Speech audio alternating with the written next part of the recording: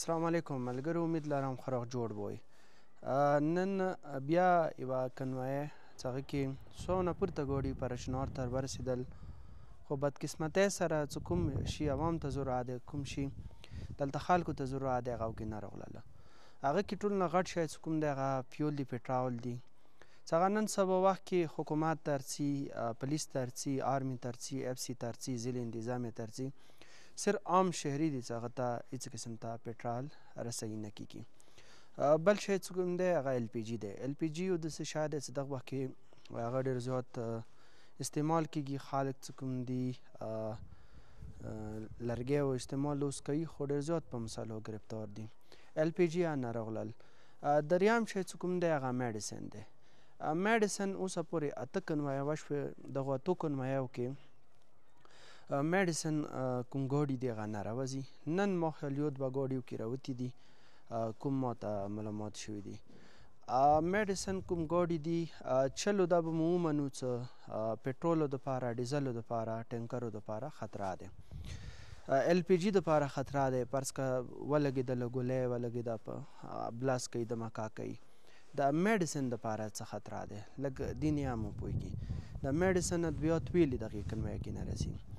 بله دا چې کوهاټ امن معاهدې باندې چې 1 جنورۍ باندې هغه وشولو، ساین وشولو، 1 نه بعد دې مطلب دا شو چې هر څه به نارمل وي.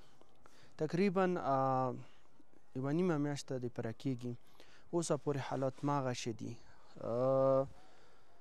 روډو باندې ټرافیک نشته، مین روډ نه دی کلاو، او دې نه علاوه خلک څه مډل مسایلو سره مخ کې وو، همداسې اوس دی. 2 شیان چې هغه دلته ډېر زیات متاثر کن دي. یو د هلیکاپټر دی، یو کنوایه. دغو کې یو څوره قومي مشران ذمهدار خلک دي، دا یو کې انګیج کړي دي. یو ټول نه زیات کرپشن چې کوم دی هغه د اندې کې کېږي. که امیر سړی دی، که دولتمند سړی دی، هغه ته نه خوراکي څه مسله شته، نه ورته پټرولو څه مسله شته، او نه ورته بل ځای ته ځي، نه ورته هغه څه مسله شوه. ولې ځه هیلي ورته اویلیبل دی، تللی شي راتلی شي. غریب چې کوم دی یو شاید هغه په ډبل خلي، یعنی که په 2000 روپۍ یا 8000 روپۍ چینی بجای دی، هغه په 13000 واخیستلو. که اوړه دي همداسې یا نور شیان دي، هغه په ډبل بیې چې کوم دي هغه واخیستله. اوس مین خبره دا دی چې دا مسالې به خیر کله ختمېږي. څه مسالې فریق جوړې کړي دي، څه مسالې حکومت جوړې کړي دي، څه مسالې مو خپلو منځو کې جوړې کړي دي. د خپلو منځو کې مو کومې مسالې جوړې کړي دي، خو یا هیلي حوالې سره دی، یا کنوایي حوالې سره دی، خو هغه یې ریټ یا نرخو حوالې سره دی. دې ته به خیر کېږي څه؟ تاجره، دکانداره، دا ته واوره چې ته د څه کوې، متاثر د صرف غریب سړی کېږي. اوس یا مسله صرف غریب سړي ته دی، خو غریب سړی څه پوهېږي، غریب سړی به دغې دنیا نه لاړ وي.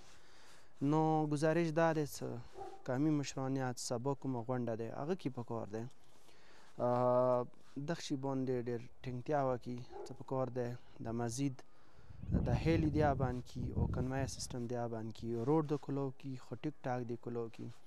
کوم نور فارمیلیټي د حکومت والا هغه د پراخ کې څه مسله نشته، خو ترې نه غوزګړي نه وختو څه ورته وایي څپریو پورې دا روډ چې کوم دی هغه مکمل د محفوظ شي. و دې نه علاوه سکولونه پخلسېدلي دي، نه روان دی. فرض که نوي کلاسونه به چلیږي یا اګزام وي، هغه دپاره پټرول ډیزل میزل نشته، دا به ځي څنګه؟ اګزام به څنګه کېږي؟ روژه روانه دی، د وخت حکمرانانو له خدای نه وډار شوی. نو دا مسالې دي. پکار دا دی چې موږ په زول کومه میډیا استعمالوو، ټوپک ویر کوو، یوڅ ویر کوو، پکار د خپلو حقوقو دپاره استعمال کړو. چې دا اواز چې کوم دی دا مدوره ورسوو نورو شهرو ته، نورو ذمهدار کسانو یا نورو ملکو ته، چې هغوی ته یې پته ولګي چې دا خلک مسالې کې دي. مهرباني.